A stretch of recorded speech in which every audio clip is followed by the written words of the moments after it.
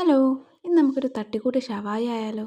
തട്ടിക്കൂട്ടാണെങ്കിലും സംഭവം നല്ല ടേസ്റ്റ് ഉണ്ടായിരുന്നു കേട്ടോ, അടിപൊളിയായിരുന്നു. കഴിച്ചവർക്കൊക്കെ ഇഷ്ടമായി എന്നാണ് പറഞ്ഞിട്ടുണ്ടായിരുന്നത്. അപ്പോൾ നമ്മൾ ഈ ഒരു ഇൻഗ്രീഡിയൻസ് ഒക്കെ ഒന്ന് മിക്സിയിലിട്ട് അരച്ച് കൊണ്ടുവരണം.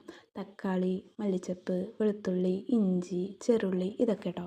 നിങ്ങൾ വിചാരിക്കുന്നുണ്ടാവും ഞാൻ എന്ത് ഈ തട്ടിക്കൂട്ട് മാത്രം കൊണ്ടുവരുന്നത്. മീൻസ് എനിക്ക് ഇൻസ്റ്റയിലും യൂട്യൂബിലൊക്കെ കണ്ട് ഇഷ്ടമായി ട്രൈ ചെയ്ത് നോക്കാമെന്ന് വിചാരിച്ച് ചെയ്യുന്ന സാധനങ്ങളാട്ടോ ഇതൊക്കെ. എല്ലാം സക്സസ് ആവാറൊന്നുമില്ല, പക്ഷേ സക്സസ് ആയത് കാണിക്കുക, ഫ്ലോപ്പ് ആയതും കാണിക്കുന്നുണ്ട്. അപ്പോൾ ഇതൊക്കെ ഒന്ന് മിക്സിയിലിട്ടൊന്ന് ക്രഷ് ചെയ്ത് കൊണ്ടുവരണം.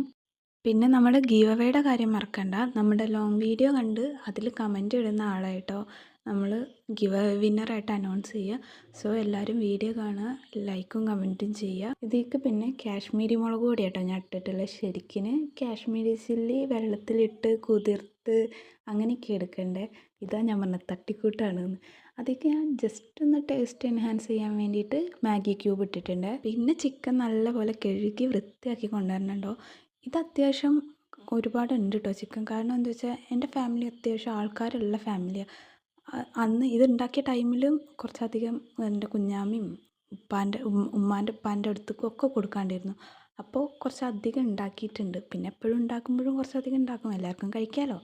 അപ്പോൾ ഈ മസാലയൊക്കെ ഈ കഴുകി വൃത്തിയാക്കി വെച്ചിട്ടുള്ള ചിക്കൻക്ക് ഇട്ടിട്ട് കുഴക്കരുത്. അതിലേക്ക് മഞ്ഞൾപ്പൊടി ഇടാൻ മറന്നു. മല്ലിപ്പൊടിയും മഞ്ഞൾപ്പൊടിയും കൂടെ ഉപ്പും ഇട്ടിട്ടില്ലായിരുന്നു.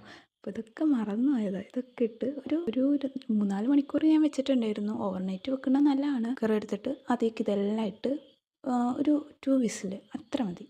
അപ്പോഴേക്കും നമ്മുടെ ചിക്കൻ അടിപൊളിയായി വെന്തിട്ടുണ്ടാവും. ഇത് എന്നിട്ട് ജസ്റ്റ് ഒന്ന് വെജിറ്റബിൾ ഓയിലിൽ ഷാലോ ഫ്രൈ ചെയ്തെടുക്കുക. ഇത് ഫുള്ളും ഇതുപോലെ ചെയ്തിട്ട് നമുക്ക് കിട്ടിയ സ്റ്റോക്ക് ഈ സെയിം ഓയിലിൽ തന്നെ നമ്മൾ നല്ലപോലെ കുറുക്കിയെടുക്കണം. ഇത് നല്ല ടേസ്റ്റാട്ടോ. നമുക്ക് മസാല ഷവായൊക്കെ കിട്ടുമ്പോൾ അതിൻ്റെ കൂടെ മസാല ഇല്ലേ, അത് തന്നെയാണ് കറക്റ്റാവും. എൻ്റെ അനിയത്തിക്കൊക്കെ ഭയങ്കര ഇഷ്ടമായത്. ഇത് കുറച്ച് ടൈം എടുക്കും ആവാൻ. ഒന്ന് തിക്കായി കിട്ടിയാൽ നല്ല അടിപൊളിയാണ്. സംഭവം ഇത്രേ ഉള്ളൂ. ഇതാണ് നമ്മളെ തട്ടിക്കൂട്ട് ഷവായ. കഴിക്കുമ്പോൾ തട്ടിക്കൂട്ട് ഷവായ ഒന്നും തോന്നില്ല, അടിപൊളി ടേസ്റ്റുള്ള ഷവായ ആയിരുന്നു കേട്ടോ.